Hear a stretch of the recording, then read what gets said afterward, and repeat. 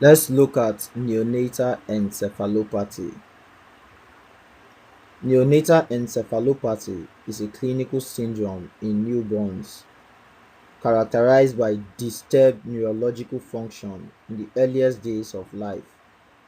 It often presents with symptoms such as altered consciousness, poor muscle tone, seizures, and difficulty with feeding or breathing.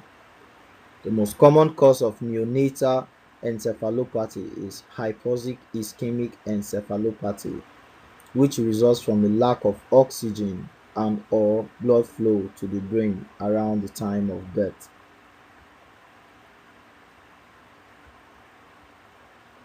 What are the causes of neonatal encephalopathy? Hypoxic ischemic injury, which is the most common cause, often due to perinatal asphyxia, that is, reduced oxygen supply to the brain during birth. Other causes include infections, e.g., meningitis, metabolic disorders, brain malformations or trauma, delayed labor, placenta abruptio, etc. What are the clinical features of neonatal encephalopathy? We have altered level of consciousness. They present with lethargy, stupor, or coma. We have abnormal muscle tone, which could be hypotonia or hypertonia. They present with seizures, often subtle in neonates. They present with poor feeding and sucking reflex. They present with respiratory difficulties or apnea.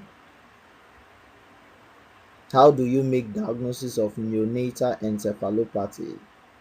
You do clinical assessment of neurological status, e.g., SANAT staging for HIE. You do brain imaging. Magnetic resonance imaging is the gold standard. You do electroencephalogram to detect seizures. You do blood tests to assess metabolic status and rule out other causes. How do you manage neonatal encephalopathy? Give supportive care, which is maintenance of ventilation, circulation, nutrition, and temperature control.